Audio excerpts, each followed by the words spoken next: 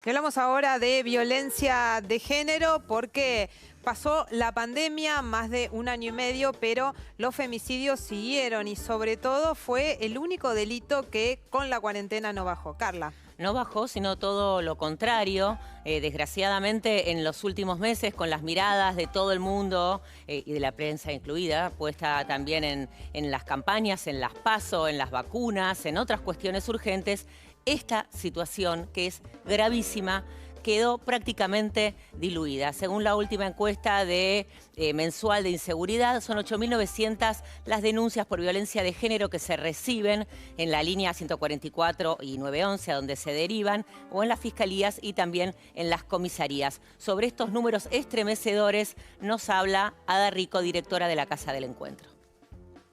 Desde el 1 de enero al 31 de agosto, 173 femicidios de mujeres y niñas, 9 transfemicidios, 14 femicidios vinculados de varones y niños.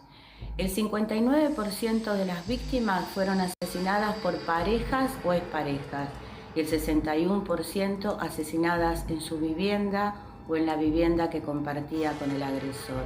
186 hijas e hijos quedaron sin madre, el 64% son menores de edad. Buenos Aires sigue siendo la provincia con más casos, seguidas por Córdoba y Santa Fe. 25 de las víctimas habían realizado la denuncia. 11 femicidas tenían dictadas medida cautelar de prevención. 18 femicidas eran agentes o exagentes de la fuerza de seguridad. No son números, son mujeres víctimas de la violencia sexista.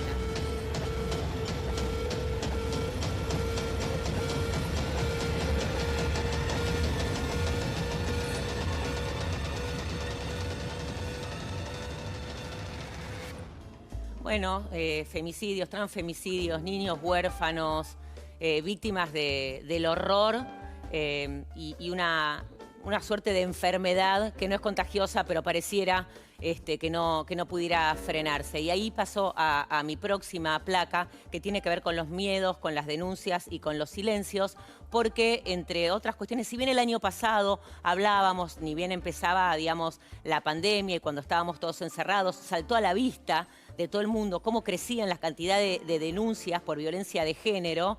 En ese momento sí se habló, pero en los últimos meses esto pareció estar totalmente invisibilizado. Inclusive la ley Micaela no se termina de aplicar como debiera. Sobre esto habla Mabel Bianco, directora del Instituto FEIN. Y esto es obligatorio. Lo que también hay que señalar es que es muy importante que esta capacitación no sea meramente una clasecita, porque aquí hay que revisar las conductas y modificarlas. Bueno, ahí con Mariana hablábamos Sí. justamente, ¿no? Yo hacía como esta especie de parabolismo donde es una enfermedad como si fuera contagiosa, en el sentido de cómo se replica y se reproducen los casos sin que nadie haga nada al respecto, digamos. No hay una campaña sobre esto. Sin embargo, la violencia no es una enfermedad, son asesinos. O sea, nos están matando. Hay posibilidades de denunciar. Sí, una gran herramienta fue en los últimos meses, no solamente el 144, sino el WhatsApp y el mail de 144, porque muchas mujeres durante el confinamiento estaban encerradas con sus agresores, no podían hablar por teléfono. Y digamos que el mail y el WhatsApp para mujeres que podían acceder a celulares, cosa que no le pasó a todas.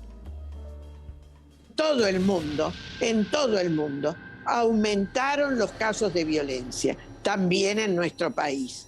Entonces tenemos que reconocer que la pandemia con los métodos de prevención no ayudó a la violencia, sino que la incrementó. Las mujeres no podían hablar estando con sus agresores, sus compañeros, ahí en la misma casa, en el mismo momento, no podían hacer la llamada y denunciar. Por lo tanto, fue muy importante que se estableciera el WhatsApp, que no exige hablar, sino que uno puede escribir simplemente, o el mail. Desde ya que algunas mujeres tuvieron igual dificultad, porque ellas no tenían acceso al teléfono para uso exclusivo de ellas. Y entonces eso les generó algunos problemas. dato Digamos, que recuerdo del último informe de la Corte Suprema de Justicia, que sigue justamente hace todos los años el análisis de los femicidios un año hacia atrás y abarcó todo el 2020 de la pandemia, el que se conoció este año, hablaba de que una mujer había sido asesinada todos los domingos del año. El domingo era el día en el que mayor cantidad de femicidios se daban, justamente porque es el día en el que el hombre está en la casa, en esta suerte de cultura machista que todavía se mantiene, donde el hombre sale a trabajar y la mujer no y se queda en su casa. Los domingos eran los días donde más se registraban justamente los femicidios y la mujer en ese caso sin ningún tipo de defensa, sin poder salir de esa situación. con respecto a esto que decís, sin ningún tipo de defensa, es muy importante saber que en las líneas 124 o en el WhatsApp o en el mail del 144 podemos hacer denuncias anónimas para socorrer a alguna mujer que esté siendo víctima de este tipo de violencia.